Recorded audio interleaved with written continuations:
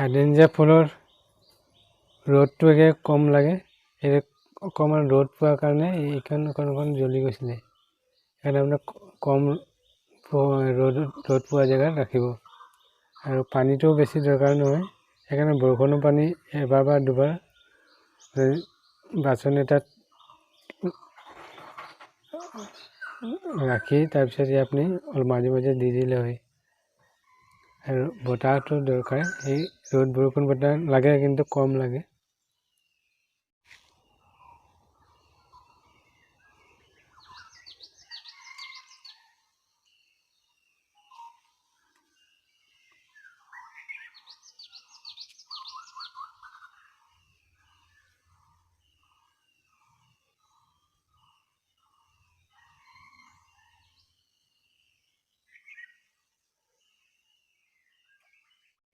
নমস্কাৰ বন্ধু বান্ধৱীসকল, আজি ভিডিঅ'লৈ আহিছোঁ হাইড্ৰেঞ্জিয়া ফুল কেনেকৈ যত্ন ল'ব লাগে।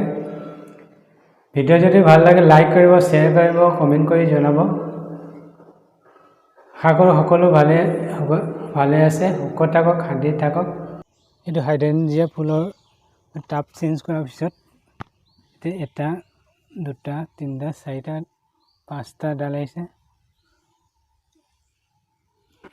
আৰু এইটো আহিছে। ছটা ডাল। এই ছটা ডাল অহাৰ পিছত এতিয়া চাৰিটা ডালত 1 2 3 4 চাৰিটা ডালত এতিয়া কলি সম্পূৰ্ণকৈ আহিছে। ইয়াৰ পিছত কি হয় দেখাইছে।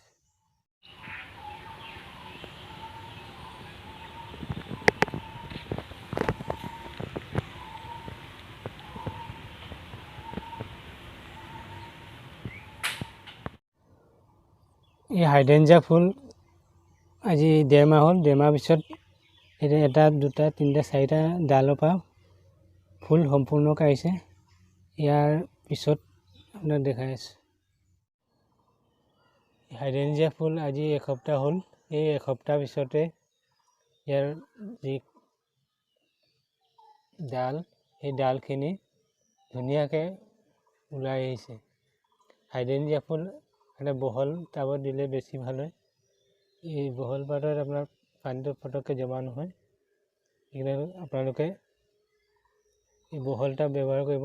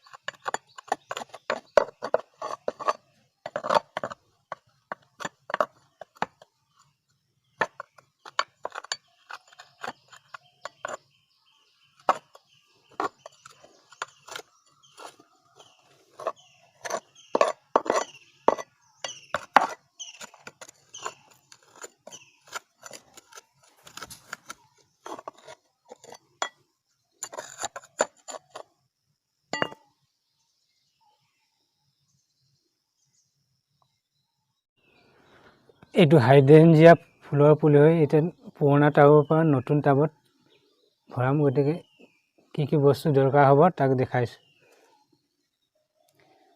এতিয়া ডাঙৰ টাব এটা লৈছোঁ। ডাঙৰ টাবত এই নাৰিকলৰ বাকলিৰ তলত দি দিছোঁ, যাতে পানীটো ইয়াত জমা নহয় আৰু শুকান হৈ থাকে।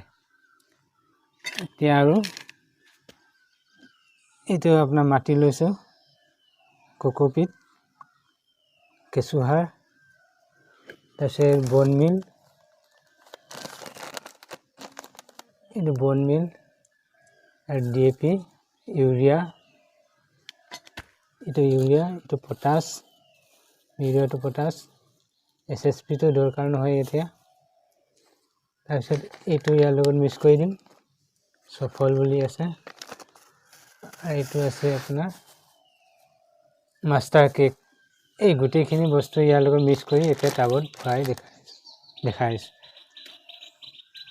এই গোটেইখিনি আপোনাৰ মাটিটো লাগিব 50%, তাৰপিছত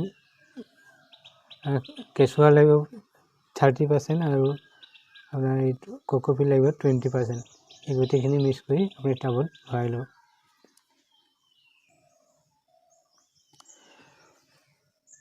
এতিয়া মাষ্টাৰ কেক অকণমান দিছোঁ।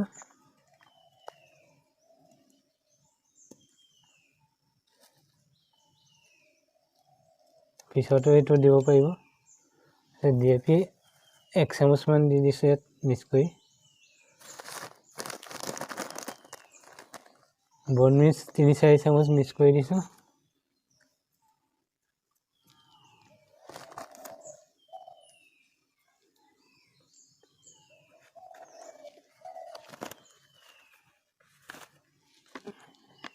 এই সফলটো দি দিছোঁ যাতে বেমাৰ নালাগে,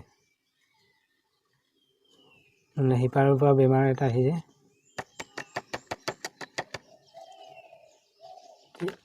বাকী পটাছ ইউৰিয়াটো এতিয়া নিদিওঁ, সেইখিনি আপোনাৰ পিছত দিম। এমাহৰ পিছত যেতিয়া পুলিটো ছেটিং হৈ যাব তেতিয়া দিব লাগিব।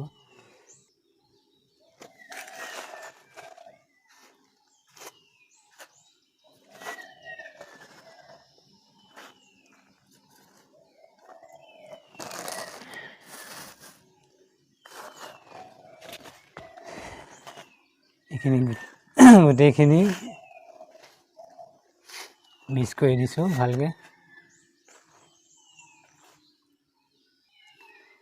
মিক্স কৰা মাটিখিনি ভৰাই দিম।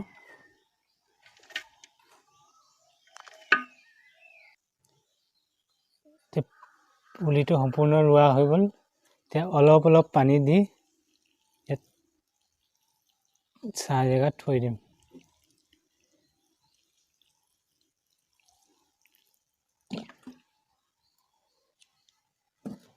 তাৰপিছত এইটো আছে আপোনাৰ ফাংগিচাইডৰ সফল। এইটো 1 চামুচ 5 লিটাৰ পানী মিক্স কৰি মাজে মাজে স্প্ৰে কৰিব লাগে।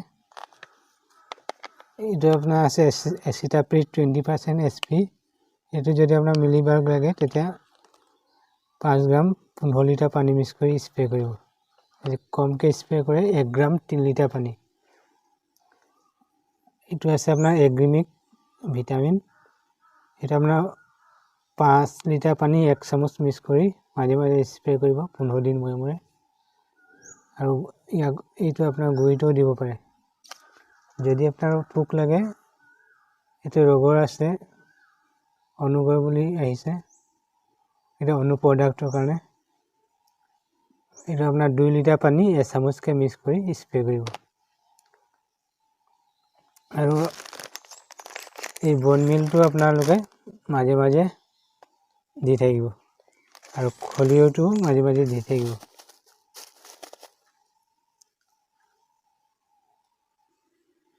এই হাইড্ৰেঞ্জিয়া ফুলৰ এতিয়া ফুল আৰম্ভ কৰি দিছে। এইটো একেবাৰে কম ৰ'দ পৰা জেগাত, অলপ ছাঁ পৰা জেগাত ৰাখিব লাগে, যাতে হাইড্ৰেঞ্জিয়া ফুল আজি এসপ্তাহ হ'ল। এই এসপ্তাহ পিছতে ইয়াৰ যি ডাল, সেই ডালখিনি ধুনীয়াকৈ ওলাই আহিছে। হাইড্ৰেঞ্জিয়া ফুল মানে বহল টাবত দিলে বেছি ভাল হয়। এই বহল পাত্ৰত আপোনাৰ পানীটো পটককৈ জমা নহয়। সেইকাৰণে আপোনালোকে এই বহল টাব ব্যৱহাৰ কৰিব, যাতে পানীটো জমা নহয় আৰু বেমাৰো নালাগে। যেতিয়া আপোনাৰ ফুলত বেমাৰ লাগে, এই সফল বুলি আছে 1 চামুচ 5 লিটাৰ পানী মিক্স কৰি 10 দিন মূৰে মূৰে স্প্ৰে কৰিব। আৰু পোক লাগে, পোকৰ কাৰণে আছে এইটো ডাইমেথড 30% অনুগৰ বুলি আছে। 1 চামুচ 2 লিটাৰ পানী, 1 চামুচত আপোনাৰ 5 ml হ'ব। পানী মিক্স কৰি স্প্ৰে কৰিব। আৰু সাইফাৰমেথ্ৰিন 20%, এইটো আপোনাৰ 5 ml 5 লিটাৰ পানী মিক্স কৰি পোক লাগিলে স্প্ৰে কৰিব পাৰিব। আৰু যদি আপোনাৰ সাৰ দিয়ে ইউৰিয়া DAP পটাছ DAP 1 চামুচ ইউৰিয়া 1 চামুচ পটাছটো আধা চামুচ মিক্স কৰি আপোনালোকৰ ৰিং কৰি যদি টাবত লগাই টাবৰ কিনাৰে কিনাৰে দিব, যদি মাটিত লগাই গুৰিৰ পৰা এবেগেৰ আঁতৰত ৰিং কৰি দিব। যদি DAP নাপায় ছুপাৰ ইউৰিয়া আৰু এই পটাছ চবৰে যদি ছুপাৰ 2 চামুচ দিয়ে ইউৰিয়া 1 চামুচ পটাছটো আধা চামুচ মিক্স কৰি এইভাগে দিব পাৰিব। সাৰ দিয়াৰ পিছত 3 দিনলৈকে পানী নিদিব। 3 দিন পিছত পানী দিলে প্ৰথম অৱস্থাত কমকৈ দিব, তাৰপিছত অলপ বেছি দিব পাৰিব। এয়া আছিল সাৰ দিয়া।